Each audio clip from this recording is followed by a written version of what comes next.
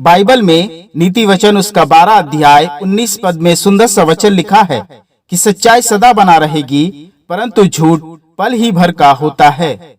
आइए एक कहानी सुनते हैं। एक राजा का कोई संतान नहीं था। उसे अपने राज्य के लिए एक अच्छा और गुणी राजा की तलाश थी। एक दिन उसने सोचा कि क्यों ना अपने राज्य के बच्चों में से ही किसी एक को अपने पुत्र के रूप में अपनाए, ताकि उसके बाद वह राजगद्दी को संभाल पाए। और उसने अपने राज्य में यह घोषणा करवाया कि जो भी लड़के राजगद्दी के लिए इच्छुक हैं, वे कल भोर में राजमहल में इकट्ठे होंगे। अगला दिन भोर में राज्य के बहुत सारे लड़के राजमहल में पहुंचे। तो राजा ने कहा, तुम लोगों के लिए एक साधारण सा परीक्षा है।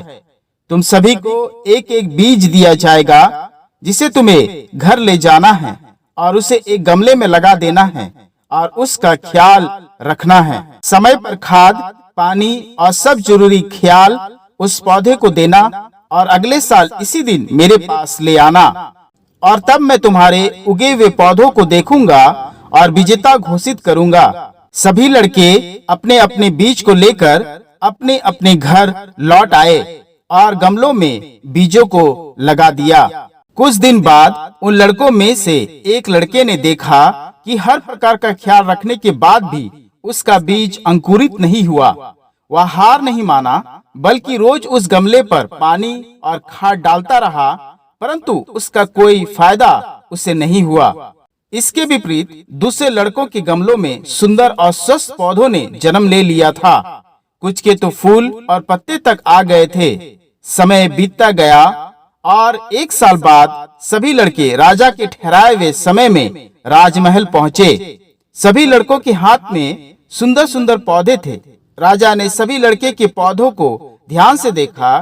तभी उसकी नजर एक लड़के पर पड़ी जो खाली गमले के साथ खड़ा था। राजा ने उसे अपने पास बुलाया। उस लड़के के हाथ में बिना पौधे के गमला देखकर दूसरे लड़के हंसने लगे। तब राजा ने ऊंचे स्वर में कहा कि मुझे हमारा भावी राजा और इस राजमहल का पुत्र मिल गया है। और उसने उस लड़के को, जिसका गमला बिना पौधे का था, उसे ताज पहना दिया। तब राजा ने सभी स्तंभ खड़े लोगों से कहा कि जो बीज मैंने सभी लड़कों को दिया था, उसे मैंने गर्म पानी में उबाल के दिया था, ताकि उसकी प्रजनन शक्ति समाप्त हो जाए और वह अंकुरित ना हो। अर्थात जो बीज मैंने दिया था वह पौधा नहीं बन सकता था, क्योंकि वह बीज मरा हुआ था।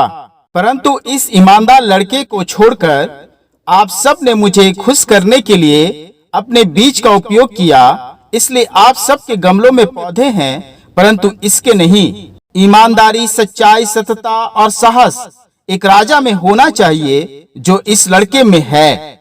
सिर्फ यही लड़का परीक्षा में पास हुआ है।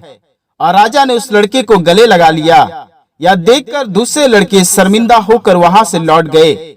मेरे प्रियो, यह छोटी सी कहानी हम मसीहों को बहुत कुछ सिखाती है कि ईमानदारी से किया हुआ काम परमेश्वर को भाता है और परमेश्वर उसे आशीष देता है।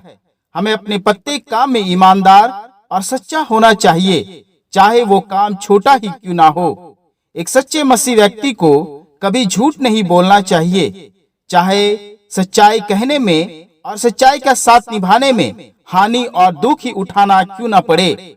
हमें झूठ का सहारा नहीं लेना चाहिए, चाहे झूठ बोलने से हमें पैसों का, पावर का या सुख सुविधा का लाभ ही क्यों ना मिले।